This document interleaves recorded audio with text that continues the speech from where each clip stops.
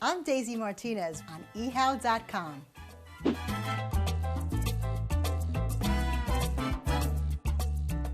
Today, I'm going to take you through Plantains 101. We're going to fix plantains, green plantains this time, two different ways. Let's get started.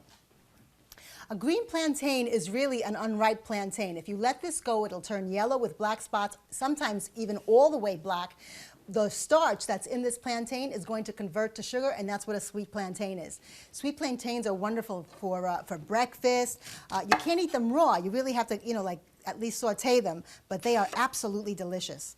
To prep a green plantain, we're going to top and tail, and then we're just going to run our knife down the back, just like so, just to score the skin.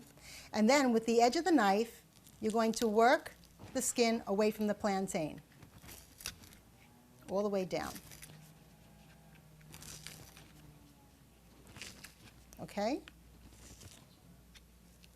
And then, once you do that, you sneak your thumb down into that space, and you just run it down the plantain, and it'll loosen the skin right off. So, I'm going to cut this plantain in half because I told you I'm going to do it two different ways. First, I'm going to show you how to do plantain chips, and then I'm going to show you how to make plantain cups so that you could fill it with your favorite filling. Okay, so for the plantain cups, we want to keep our plantains in fairly large pieces, okay?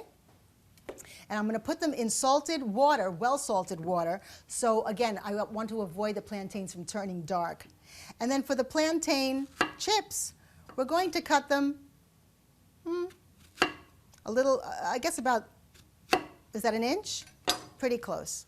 We're going to be cooking these plantains at two different temperatures, kind of like you would cook a classic French fry. The first time at about 350, and that's like a nice happy bubble. Nothing crazy or furious, just a nice happy bubble. And I want to, of course, if you're going to fry in oil, you want to make sure that these, the ones that you put in salted water to prevent the darkening, you want to make sure that they're completely dry, put them in. And we're going to go ahead and put our plantains in. We don't want them to get color, but we do want to cook out that starch. Okay, I'm looking at my plantains, and you want to make sure that they're cooked on the inside, not just the outside, because if they're not cooked on the inside, they'll break when you smash them. So we just want to see that with a paring knife you can get through it, like this. See? Okay. And then we'll just drain them on paper towels, and let me take you through step number 2. Okay. I'm going to show you one of my favorite kitchen toys, a tostonera, a toston maker. And tostones are what we call these twice-fried plantains in Puerto Rico. And we're going to go ahead and just put our tostones, my fancy tostonera, and we're just going to go ahead and smash.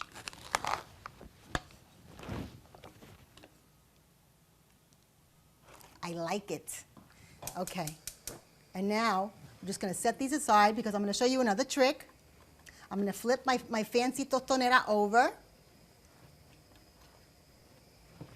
and I'm going to make toston cups for you. And this is basically the same idea. Again, now you see the plantains are cut in bigger pieces, right? Okay, ready? Here we go.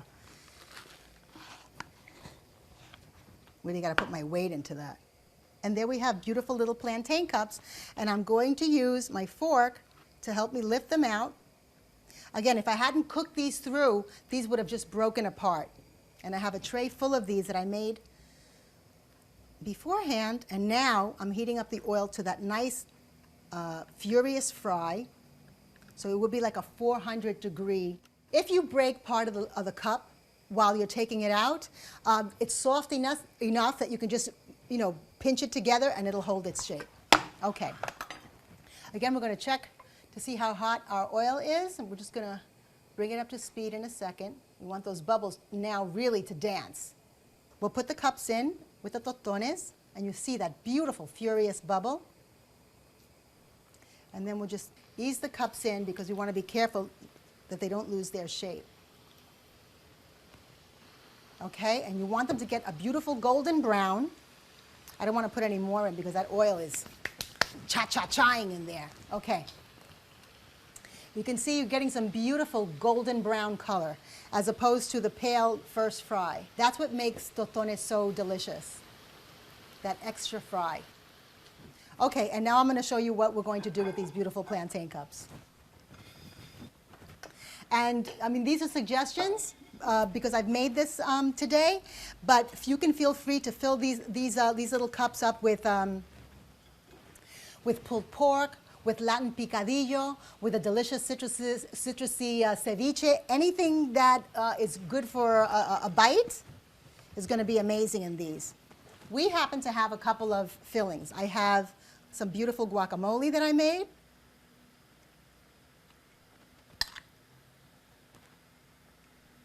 Right in that cup. And I have some delicious tomatillo salsa that I made. Right in there. And then I have some pretty, just, you know, everyday pico de gallo salsa. Put those in there. How to impress your family and friends? I got your answer right here. Daisy Martinez doing plantains for eHow.